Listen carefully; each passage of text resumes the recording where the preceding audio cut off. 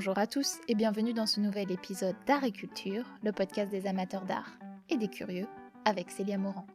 Cette semaine, on change de registre car j'ai envie de vous parler de la vie du très célèbre compositeur classique Wolfgang Amadeus Mozart. D'enfant surdoué à compositeur reconnu et acclamé des foules, redécouvrons ensemble la vie de ce prodige. Wolfgang Amadeus Mozart est né le 27 janvier 1756 à Salzbourg en Autriche. Cette ville est alors la capitale d'une principauté ecclésiastique du Saint-Empire romain germanique. Mozart grandit entouré de musiciens entre son père Léopold, compositeur professeur de violon, et sa grande sœur Maria Anna, ou surnommée Nannerl, de 5 ans son aînée, qui elle aussi présente très jeune du talent pour le piano et le violon. Wolfgang, quant à lui, prouve encore plus jeune qu'il est prodige. À 3 ans, il a l'oreille absolue lui permettant de reconnaître à l'écoute d'un son les notes de musique qui correspondent. Les chercheurs pensent aussi qu'il a une mémoire éidétique lui permettant de retenir rapidement un grand nombre de notes et de sons. Mozart sait donc, avant même écrire ou lire, déchiffrer une partition et la jouer. 3 ans plus tard, à ses 6 ans, il compose ses premières œuvres, 5 menuets, une sonate et un allegro, faisant en sorte de faire cohabiter, comme il dit, les notes qui s'aiment. Enfin, pour ce qui est de son premier opéra, Apollo et Hyacinthus, il le termine le 13 mai 1767, à l'âge de 11 ans. Réalisant l'intérêt de montrer ses jeunes enfants prodiges, Léopold Mozart organise dès 1763 une tournée en Europe afin de montrer le talent de ses 2 enfants. Il joue alors devant le prince électeur de Bavière à Munich, ou encore devant l'impératrice Marie-Thérèse au mois de septembre de la même année, et cela permet à la famille Mozart d'être reconnue auprès des nobles et les aristocrates de l'Empire. Ensuite, la famille voyage entre Francfort, Cologne, Bruxelles, Genève, Amsterdam ou encore Paris, où il reste 5 mois et rencontre, entre autres, Madame de Pompadour, la maîtresse de Louis XV, et de nombreux philosophes des Lumières. À chacune de leurs représentations, tout le monde est sous le charme et admiratif de ce petit prodige, capable d'improviser sur n'importe quelle mélodie. En 1764, il quitte Paris, Léopold, Wolfgang et Maria Anna, et vont ensuite à Londres, où il rencontre le compositeur Jean-Christian Bach, alors maître de chapelle de la cour. Le nom vous semble familier? C'est normal, il s'agit en fait du fils du grand compositeur allemand Jean-Sébastien Bach. Cette rencontre est très importante pour l'enfant car Jean-Christian Bach lui enseigne comment composer une symphonie et lui fait découvrir le pianoforte et l'opéra italien. À leur retour sur Salzbourg en 1766, après cette longue tournée, Léopold ne laisse pas Mozart sans apprentissage. Au programme, du latin et de l'italien pour les langues, et pour ce qui est de l'éducation musicale, il lui apprend comment composer avec des fugues et des contrepoints. La définition du Larousse indique que c'est un système d'écriture musicale qui a pour objet la superposition de 2 ou plusieurs lignes mélodiques, une sorte de canon. Il se déplace souvent à Vienne pour des représentations et en particulier pour les fêtes nuptiales de l'archiduchesse Marie-Joséphine à l'automne 1767, malgré l'épidémie de variole qui touche une grande partie de la population et de toutes les classes sociales, car l'archiduchesse Marie-Joséphine elle-même en meurt. Quelques mois plus tard, Wolfgang reçoit la commande de la part de la cour impériale de son premier opéra bouffe, ou opéra qui traite d'un sujet léger ou comique nommé la Finta Semplice. À 13 ans, il est nommé premier violon dans l'orchestre du prince-archevêque de Salzbourg. Puis, son père obtient étrangement l'autorisation d'un congé sans solde pour son fils et l'emmène faire un tour d'Italie. Il visite donc Vérone, Bologne, Florence, Milan ou encore Naples. Le 11 avril 1770, alors qu'il est au Vatican, Mozart entend le Secret Miserere de Gregorio Allegri. Cette œuvre, selon la légende, serait restée 130 ans, propriété unique du pape, sous peine d'excommunication à quiconque oserait sortir la pièce de la chapelle Sixtine. Mais ça, c'était sans compter le talent du jeune Mozart. Il réussit en effet à retranscrire parfaitement le morceau en seulement 2 écoutes. Le pape Clément XIV le nomme aussi chevalier de l'éperon d'or. À son retour à Salzbourg, un nouvel archevêque se trouve à la tête de la ville, et ce dernier est moins favorable à Mozart et n'autorise plus vraiment les voyages de la famille dans toute l'Europe. Wolfgang se sent alors étouffé par ce nouveau patron qui va jusqu'à lui imposer la forme de ses pièces religieuses, ce qui déplaît fortement au jeune Mozart. C'est aussi à cette période qu'il rencontre le célèbre compositeur Joseph Haydn lors d'un séjour à Vienne. Les 2 hommes se lient d'amitié et se vouent une admiration commune tout au long de leur vie.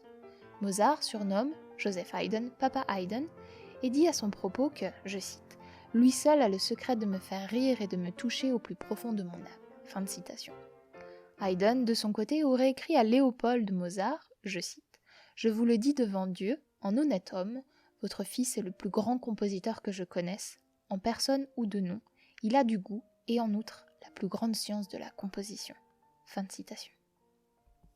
À 20 ans, Mozart démissionne de l'orchestre du prince-archevêque et s'organise ensuite pour essayer de trouver un nouveau poste à Munich et dans d'autres villes allemandes, mais sans succès. Ayant accumulé un certain nombre de dettes, Wolfgang décide de partir pour Paris avec sa mère, porté par l'espoir de trouver un poste qui le payerait suffisamment. Mais la vie sur place est compliquée. Il n'est plus autant adulé que lors de son premier séjour quand il n'était encore qu'un enfant. Sa mère tombe malade au cours de cette période sur Paris et décède en juillet 1778. Mozart décide alors de rentrer à Salzbourg. Sur place, son père a réussi à négocier avec le prince-archevêque pour qu'il le reprenne à son service.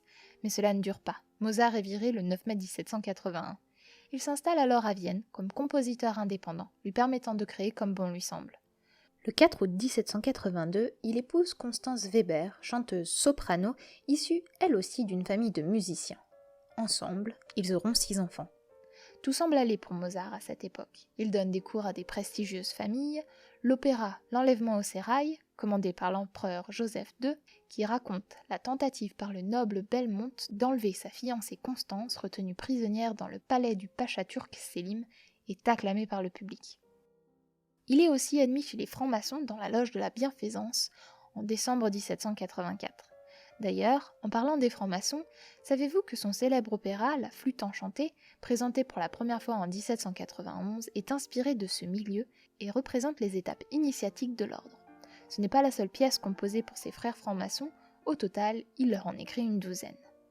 L'apothéose de sa carrière arrive probablement en 1786 avec son opéra Les Noces de Figaro, inspiré des textes de l'écrivain et dramaturge français Pierre-Augustin Caron de Beaumarchais, qui rencontre un succès très important à la fois à Vienne mais aussi à Prague. En parlant de Prague, savez-vous que Mozart compose, en l'hommage de cette ville, la symphonie numéro 38 en ré majeur ?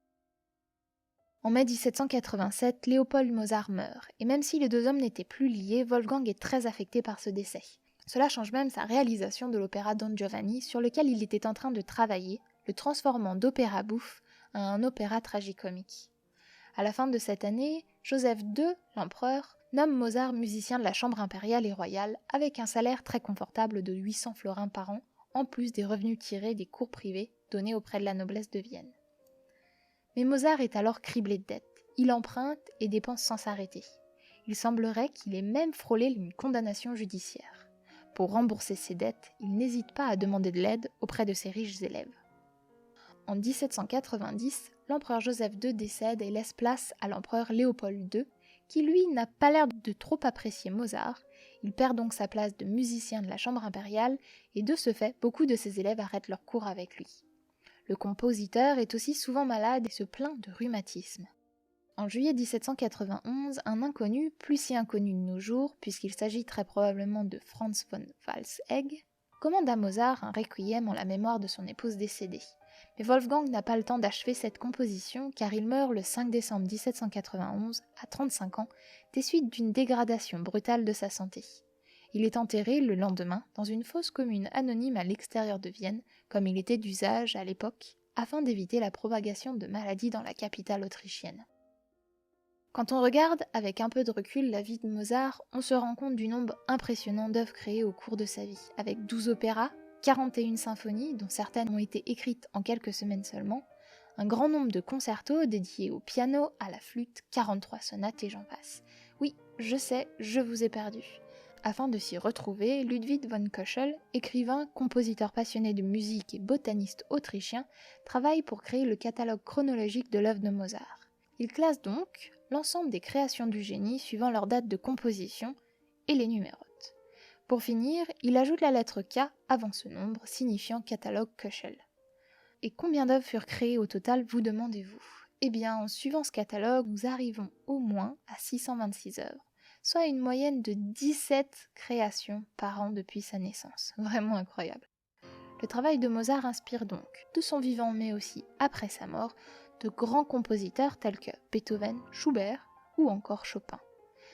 De nos jours, c'est probablement le compositeur le plus connu de tous. Il suffit de chercher rapidement la programmation musicale des salles de concert ou de regarder les programmes d'émissions de radio dédié à la musique classique pour se rendre compte de sa popularité encore aujourd'hui.